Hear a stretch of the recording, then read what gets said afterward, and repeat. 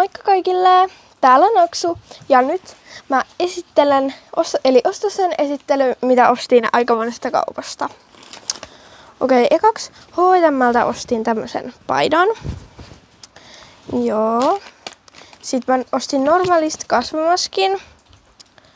Sitten Normalista tämmösiä rubiini vahtokarkkeja. Näitä mä tuun varmaan testaa jollakin videolla. Ja myös tätä Normalista aion testaa varmaan jollakin, eli Nord's Rope. Joo. Sitten Normalista takiksia, joista mä oon vähän syönyt jo. Ne on vaan niin hyviä. Vähän polttavia vaan. Sitten Candy Townista mä ostin vähän tämmösiä karkkeja. Joo. Sitten teepaita.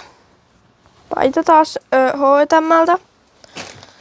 Ja sit vielä toinen teepaita, tai no kolmas teepaita H&M:ltä.